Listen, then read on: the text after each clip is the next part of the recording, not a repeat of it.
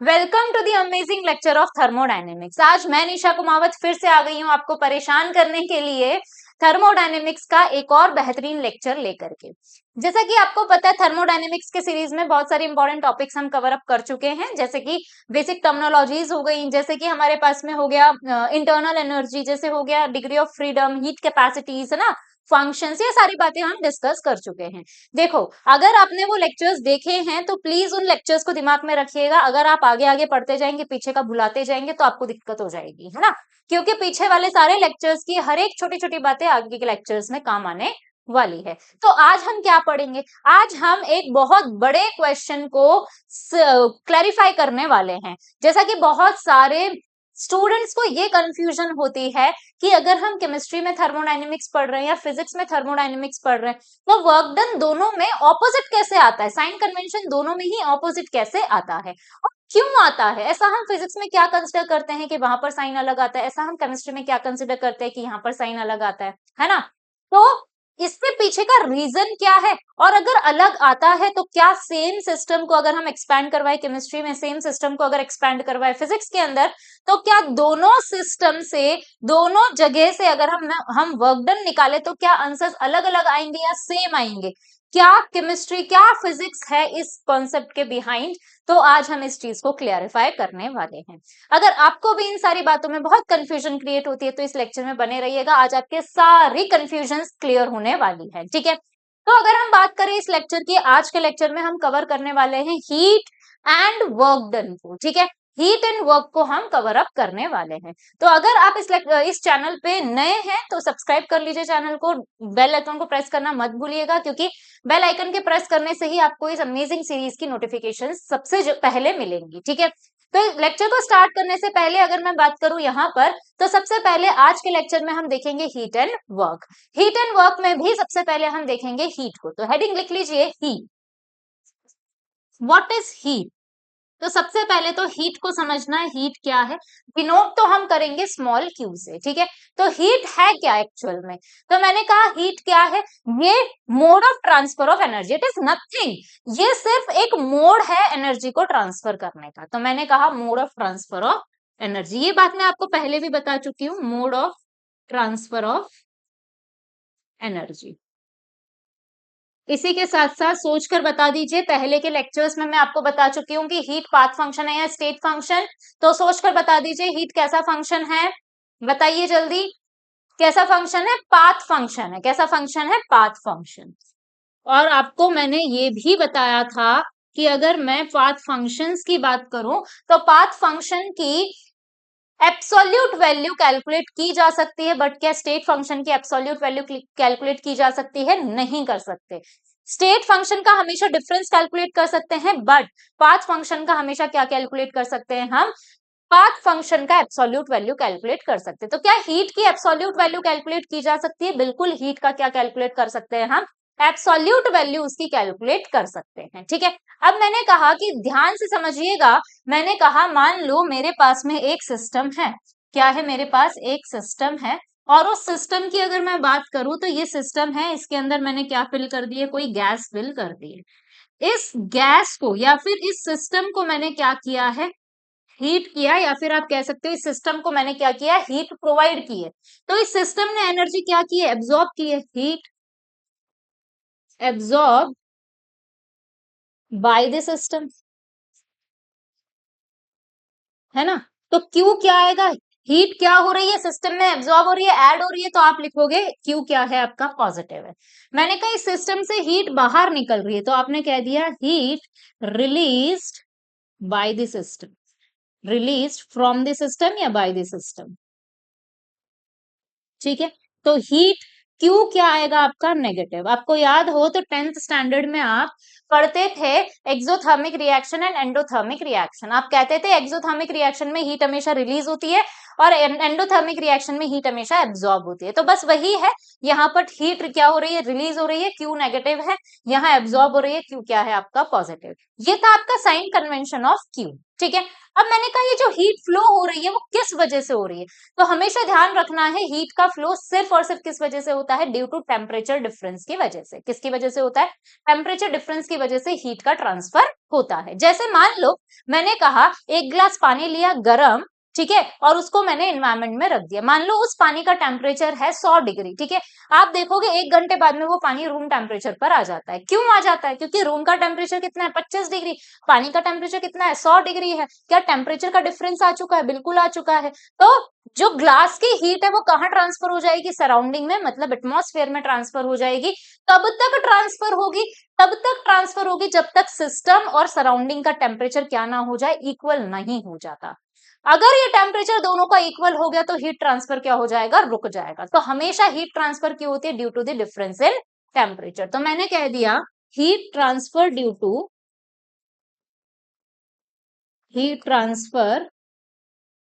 To difference in temperature.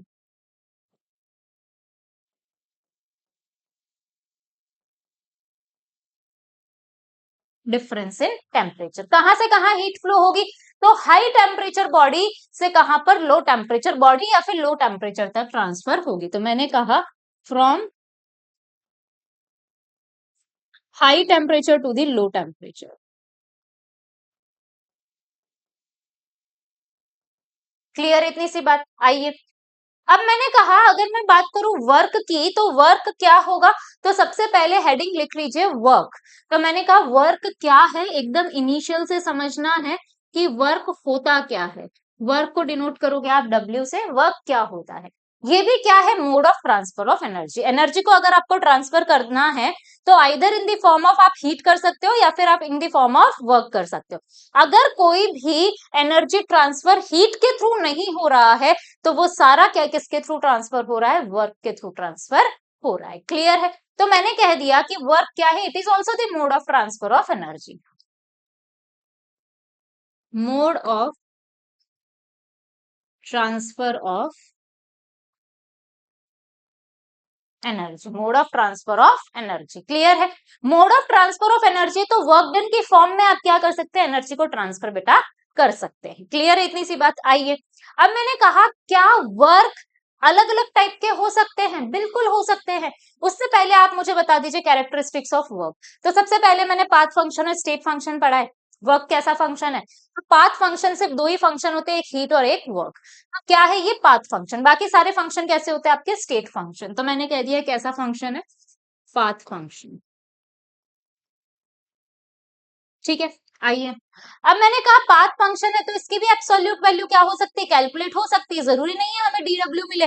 हम क्या calculate कर सकते हैं? डब्ल्यू की एब्सोल्यूट वैल्यू कैलकुलेट हम कर सकते हैं। बिल्कुल ये क्या है? 100% ट्रू है। ठीक है, आइए अब मैंने कहा वर्क डन कितने टाइप के हो सकते हैं। तो मान लो मैं यहां से चल रही हूँ या भाग रही हूँ, क्या मैं वर्क डन कर रही हूँ? बिल्कुल कर रही हूँ। लेकिन क्या मेरा एक्सपेंशन हो गया? मैं बड़ी हो गई हूँ? नहीं हुई हूँ। तो मैंने कहा मैं भाग रही हूँ तो भी वर्क डन हो रहा है। मैंने कहा किसी गैस का एक्सपेंशन करवा दिया तो भी वर्क डन हो रहा है। मैंने कहा फ्रिज में इलेक्ट्रिसिटी काम कर रही है, वो भी वर्क डन कर रहा है, वो भी क्या है? एक टाइप का वर्क डन है। तो डिफरेंट टाइप के वर्क डन हमारे पास में हो सकते हैं। यस और नो? तो मैंने कहा वर्क डन की अगर मैं बात करूं तो वर्क डन मेरे पास अलग अलग टाइप के हो सकते हैं। तो वर्क डन में मेजरली दो कैटेगरीज है। एक है नॉन पीवी वर्क, ठीक है, और एक क्या है मेरे पास? PV work. अब क्या डिफरेंस है? देखो मैंने कहा नॉन पीवी वर्क्स वो वर्क होते हैं जिसमें वॉल्यूम का कोई भी चेंज नहीं होता। ठीक है, मैंने कहा पीवी वर्क वो वर्क होंगे जिसमें वॉल्यूम का चेंज होगा। लेट सपोज मैं यहां से भाग रही हूँ, क्या मैं वर्क डन कर रही हूँ? बिल्कुल कर रही हूँ। लेकिन क्या मेरा एक्सपेंशन हो रहा है? क्या मेरा कंप्रेशन हो रहा है? नहीं हो रहा है। तो मैं कैसा वर्क डन कर रही हूँ? नॉन पीवी वर्क कर रही हूँ। क्लियर है? मैंने कहा फ्रिज चल रहा है, वर्क डन हो रहा है। क्या फ्रिज बड़ा हो जाता है, उसका वॉल्यूम बढ़ जाता है या फिर कम हो जाता है? उसका वॉल्यूम नहीं होता, वो तो फिक्स्ड होता है। जब आप खरीदते हो तब आपको उसका वॉल्यूम पता चलता है, 180 लीटर या 250 लीटर, है ना? तो क्या उसका वॉल्यूम चेंज हो रहा है? नहीं हो रहा है। वो भी कैसा वर्क? नॉन पीवी वर्क, है ना? मैंने कहा एक गैस फिल कर दी किसी कंटेनर में, पिस्टन ऊपर उठा दिया, क्या वर्क डन हुआ? बिल्कुल हुआ। क्या एक्सपेंशन हो गया? हो गया। वॉल्यूम चेंज हुआ? हुआ। तो कैसा वर्क? PV work. तो ऐसे वर्क जिसमें वॉल्यूम का कोई चेंज, प्रेशर का कोई चेंज नहीं होता, वो नॉन पीवी वर्क होते हैं। जिसमें प्रेशर एंड वॉल्यूम साइमल्टेनियसली या फिर प्रेशर और वॉल्यूम चेंज होते हैं तो आप उसे क्या कहोगे? पीवी वर्क कहोगे। क्लियर है? आइए तो मैंने कहा नॉन पीवी वर्क में मैंने कह दिया नो एक्सचेंज या फिर no change in pressure and volume. तो मैंने कहा ये भी दो टाइप के होते हैं, एक होता है आपके पास इलेक्ट्रिकल वर्क और एक क्या होता है आपके पास ग्रेविटेशनल वर्क। जैसे मान लो मैंने कहा कि आपका फ्रिज चल रहा है, इलेक्ट्रिसिटी का काम हो रहा है, वर्क डन हो रहा है, तो कैसा वर्क? Electrical work. मैंने कहा ये पेन इधर है, मैंने इसको नीचे लेके आ गई, क्या वर्क डन हुआ यहां से यहां तक का? बिल्कुल हुआ। लेकिन क्या इलेक्ट्रिसिटी यूज हुई? नहीं हुई। तो कैसा वर्क है? Gravitational work. तो मैंने कहा इलेक्ट्रिकल वर्क अगर आप कैलकुलेट करोगे तो किससे कैलकुलेट करोगे? Charge into potential. Gravitational work को अगर आपको कैलकुलेट करना है तो आप क्या यूज करोगे? mgh, मास इंटू m क्या है? मास। g क्या है? Gravitational constant. h क्या है? जिस हाइट से वो आ रहा है। ठीक है, तो मैंने कह दिया ये हो गया आपका mgh। ये हमारे सिलेबस में नहीं है, बट फिर भी इतनी बेसिक चीजें आपको पता होनी चाहिए। ये 9th स्टैंडर्ड की चीजें हैं। ठीक है, तो ये चीजें आपको पता होनी चाहिए, ये बहुत बेसिक है। हमारे सिलेबस में जो इन डिटेल है वो है हमारे पास में पीवी वर्क, तो हम इसको बहुत डिटेल में करेंगे। ठीक है, इसकी एक एक बात हम सीखेंगे। आइए, तो हेडिंग लिख लीजिए पीवी वर्क। ठीक है, तो पीवी वर्क में क्या होगा? तो सबसे पहले मैंने कहा वॉल्यूम और प्रेशर में तो चेंज होगा ही होगा। ठीक है, अब मैंने कहा अगर मैं बात करूं पीवी वर्क की, तो लेट सपोज मेरे पास में कोई सिस्टम है। ठीक है, तो मैंने कहा लेट सपोज मेरे पास सिस्टम है ये।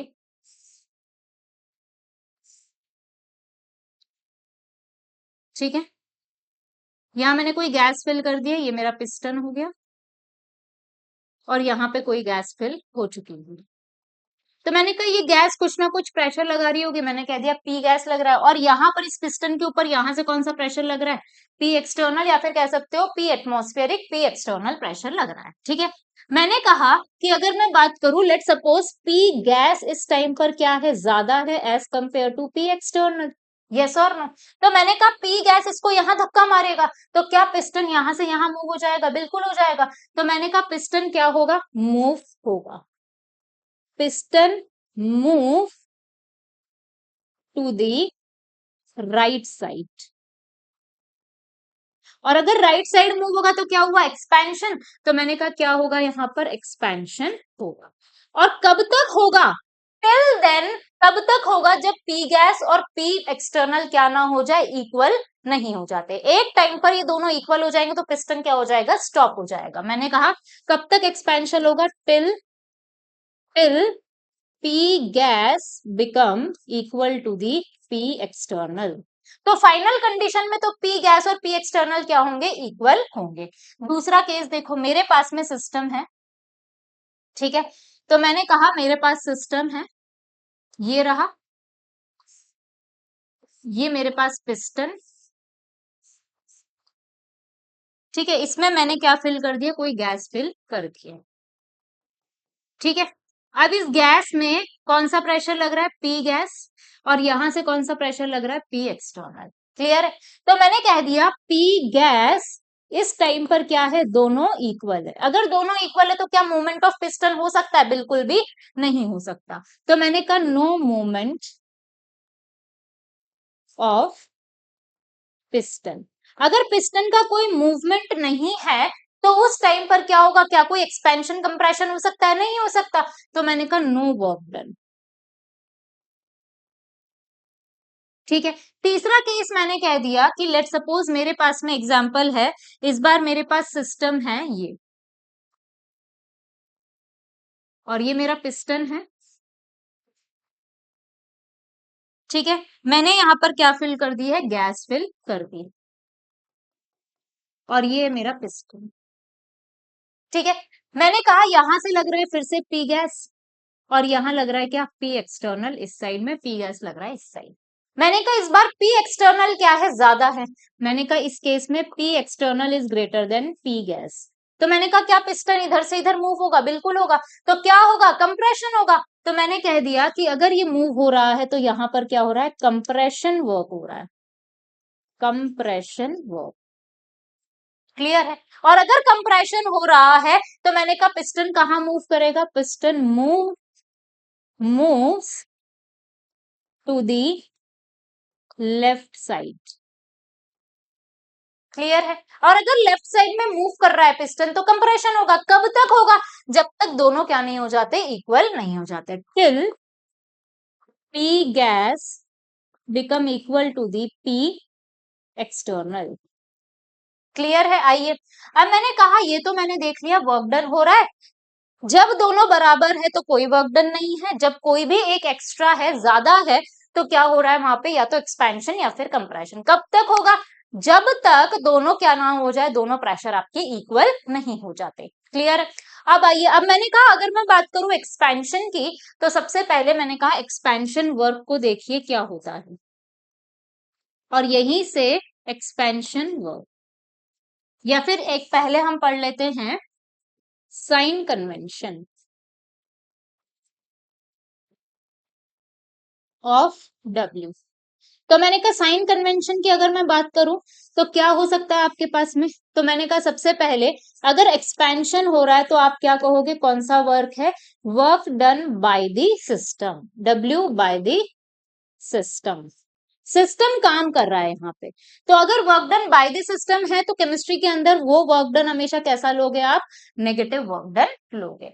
मैंने कहा अगर कंप्रेशन वर्क हो रहा है तो क्या हो रहा है, तो हम यहाँ पर बात करते हैं कंप्रेशन वर्क की। तो कंप्रेशन कब होगा, जब सराउंडिंग इसके ऊपर प्रेशर लगाएगी, तो क्या हो रहा है, सिस्टम के ऊपर काम हो रहा है, तो हम कहेंगे work done on the system. तो मैंने कह दिया work done on the system. तो ऑन द सिस्टम वर्क कैसा होता है, तो वर्क होता है ऐसे में पॉजिटिव। कैसा वर्क होता है, ये पॉजिटिव वर्क होता है। क्लियर है? आइए, अब मैंने कहा बेटा देखो, सबसे पहली इंपॉर्टेंट चीज मैंने कहा एक्सपेंशन वर्क का फॉर्मूला जरा डेराइव करते हैं। तो मैंने कहा एक्सपेंशन वर्क हेडिंग लिख लीजिए, एक्सपेंशन वर्क। मैंने कहा सिस्टम है मेरे पास, ठीक है, ये मेरे पास सिस्टम है, ये सिस्टम है, ये मेरा पिस्टन, ठीक है, और मैंने कह दिया यहां पर कोई गैस मैंने क्या कर दी है, फिल कर दी, ठीक है। मैंने कहा यहां पर पी गैस जो है वो यहां से यहां प्रेशर लगा रहा है, पी एक्सटर्नल यहां से यहां पे प्रेशर लगा रहा है, हाँ या ना। तो मैंने कहा लेट सपोज मैंने केस ले लिया एक्सपेंशन है तो पी गैस ज्यादा होगा, तो मैंने कह दिया P gas is greater than P external. क्या होगा, पिस्टन इधर से इधर मूव होगा, तो मैंने कहा सिस्टम अब बन चुका है आपका कुछ इस तरीके से, ये हो चुका है आपका एक्सपेंशन,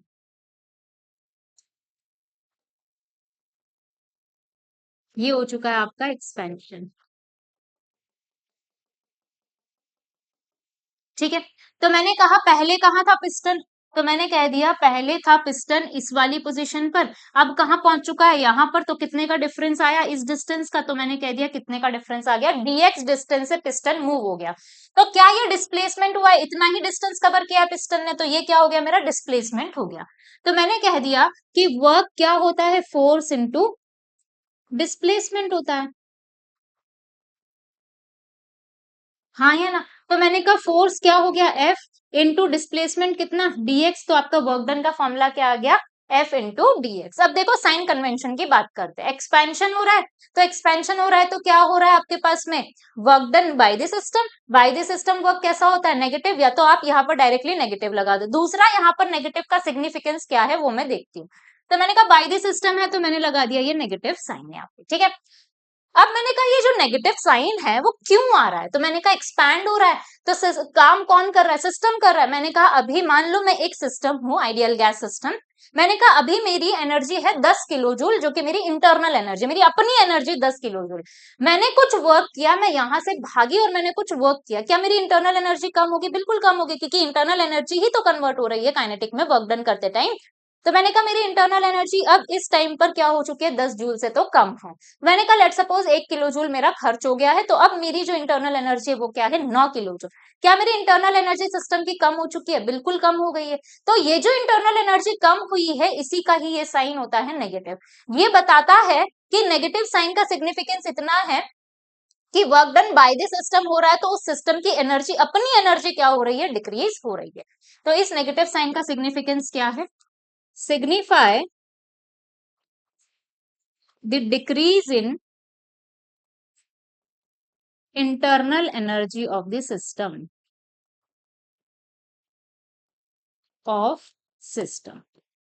क्लियर है इतनी सी बात? आइए अब मैंने कहा कि अगर मैं बात करूं फोर्स की, तो फोर्स क्या होता है? तो मैंने कहा प्रेशर की अगर मैं बात करूं, प्रेशर क्या होगा? प्रेशर होता है आपका फोर्स अपॉन एरिया। तो मैंने कह दिया फोर्स क्या हो जाएगा? तो फोर्स हो जाएगा आपका प्रेशर इंटू एरिया। हाँ या ना? मैंने कहा वैल्यू पुट कर दू तो वर्क डन क्या आ गया? माइनस पी इंटू ए इंटू डी एक्स। और एरिया इंटू लेंथ क्या होता है? तो मैंने कह दिया एरिया इंटू लेंथ होता है आपके पास वॉल्यूम। क्या होता है? वॉल्यूम। हाँ या ना? तो मैंने कह दिया क्या हो जाएगा? क्या इसकी जगह मैं लिख सकती हूँ चेंज इन वॉल्यूम? बिल्कुल लिख सकती हूँ। तो मैंने कहा कितना चेंज आया वॉल्यूम में? इतना वॉल्यूम का चेंज आया है। ठीक है, तो मैंने कह दिया कि अगर मैंने ये लिख दिया तो वर्क डन क्या हो गया आपके पास? Minus P into D. Clear है? मैंने कहा यहां पर अगर मैं बात करूं तो मैं इंटीग्रेट जब करूंगी दोनों को, तो यहां तो मेरे पास आ जाएगा W is equals to minus, अगर ये P वॉल्यूम पर डिपेंड कर रहा है तो इसको भी इंटीग्रेट कर देना, अगर ये डिपेंड नहीं कर रहा है, जनरली नहीं करता है डिपेंड, तो इसको कहाँ ले आना है? आपको बाहर ले आना है। ठीक है, तो मैंने कह दिया क्या हो गया? ये P external into V2 minus V1। Clear है? तो ये आ चुका है आपका वर्क डन का फॉर्मूला। अब देखो ध्यान से क्या है, मैंने कहा यहां पर आपने साइन कन्वेंशन यूज किया, बाय द सिस्टम का क्या? नेगेटिव, और ऑन द सिस्टम का यूज किया आपने पॉजिटिव वर्क डन। ठीक है, मैंने कहा फिजिक्स में क्या होता है? तो मैंने कहा फिजिक्स के अंदर जब भी हम बात करेंगे बाय द सिस्टम की, तो बाय द सिस्टम में फोर्स कहां पर लग रहा है? प्रेशर इधर लग रहा है, हाँ या ना? और फोर्स इधर ही लग रहा है, इस डायरेक्शन में आपका फोर्स लग रहा है, और डिस्प्लेसमेंट भी इसी डायरेक्शन में हो रहा है, दोनों डायरेक्शन सेम है, तो वर्क डन क्या हो जाता है? पॉजिटिव आता है। वहां पर हमेशा जो वर्क डन होता है एक स्टैटिक टर्म होता है, यहाँ पर हमेशा वर्क डन एक रिलेटिव टर्म होता है। इस वजह से ये साइन कन्वेंशन क्या होते हैं? ऑपोजिट होते हैं। देखो अब मैंने कहा जहां पर वर्क डन हो रहा है, वर्क डन कहाँ हो रहा है? इस डायरेक्शन में, मतलब डिस्प्लेसमेंट की डायरेक्शन ये है।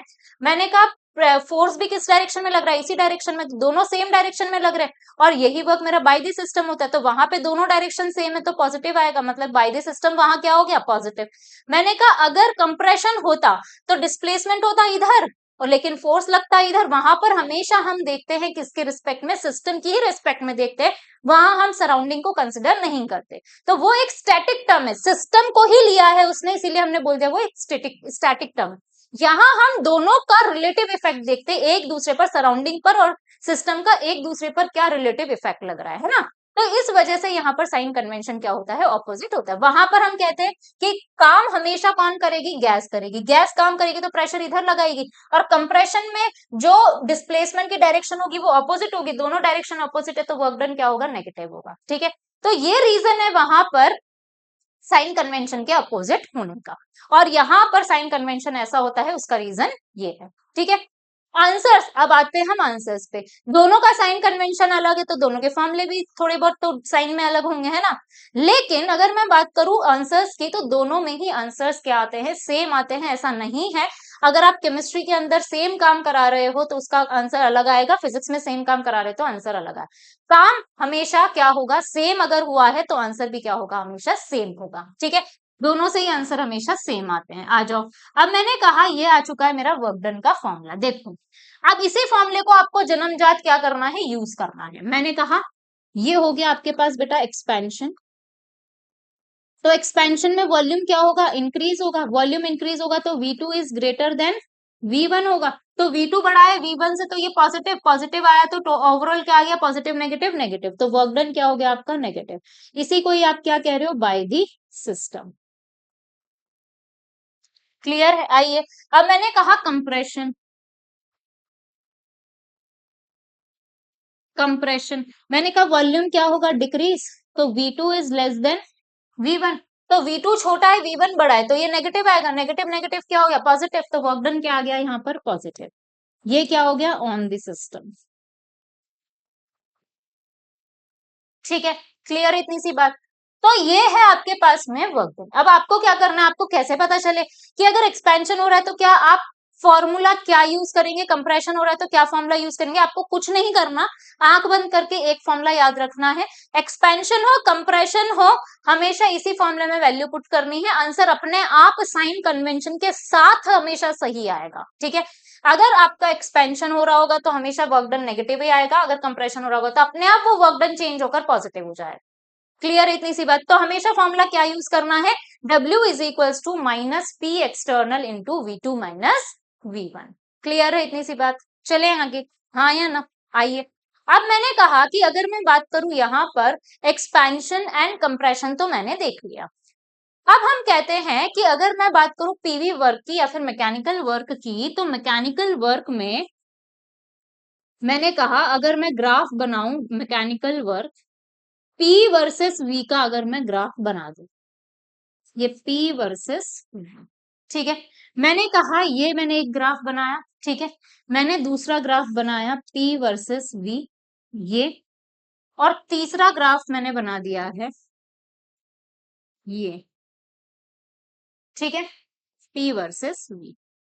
तो मैंने कहा एरिया अंडर द कर्व क्या होगा, मैंने कहा एरिया अंडर द कर्व हो जाएगा आपके पास में, इस ग्राफ के लिए एरिया अंडर द कर्व तो ये आ गया है ना, ये पूरा आपका एरिया अंडर द कर्व आ, इसके लिए एरिया अंडर द कर्व कौन आ चुका है, ये। मैंने कहा इसके लिए एरिया अंडर द कर्व ये रहा, हाँ है ना।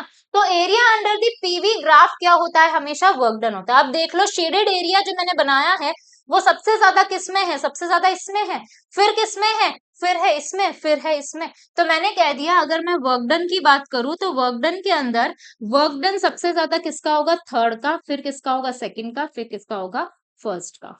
क्लियर है। तो मैंने कह दिया अगर मैं यहाँ पर बात करूं तो वर्क डन में अगर आपको कैलकुलेट करना है कौन ज्यादा वर्क कर रहा है, तो आपको क्या करना है, एरिया अंडर द कर्व निकाल लेना है, और एरिया अंडर द कर्व निकालते ही आपका जो भी एरिया ज्यादा होगा वही आपका क्या होगा, वर्क डन। क्लियर है इतनी सी बात। तो ये थी basic information of work done and heat, ठीक है। अभी तक हमने सिर्फ साइन कन्वेंशन पढ़े, नेक्स्ट वाले लेक्चर में हम क्या पढ़ेंगे, वर्क डन अलग अलग सिस्टम में कैसे निकालेंगे। अगर बीकर ओपन है तो कौन सा वाला सिस्टम लगेगा, अगर आपका बीकर क्लोज्ड है तो कौन सा वाला सिस्टम लगेगा, है ना। अगर रियल गैस है तो क्या लगेगा, आइडियल है तो क्या लगेगा, टेम्परेचर को कांस्टेंट कर दो तो क्या होगा, प्रेशर कांस्टेंट कर दो क्या होगा, वॉल्यूम कांस्टेंट कर दो क्या होगा। ये सारी बातें हम नेक्स्ट लेक्चर में देखेंगे, सिर्फ वर्क डन के ऊपर ही देखेंगे, ये सिर्फ बेसिक लेक्चर था, ठीक है। तो अगर आपको वीडियो लेक्चर थोड़ा भी हेल्पफुल लगा हो तो अपने फ्रेंड्स के साथ जरूर शेयर कीजिएगा, और लाइक करना मत भूलिएगा, एंड सब्सक्राइब करना तो बिल्कुल भी मत भूलिएगा। थैंक यू फॉर वॉचिंग बेटा।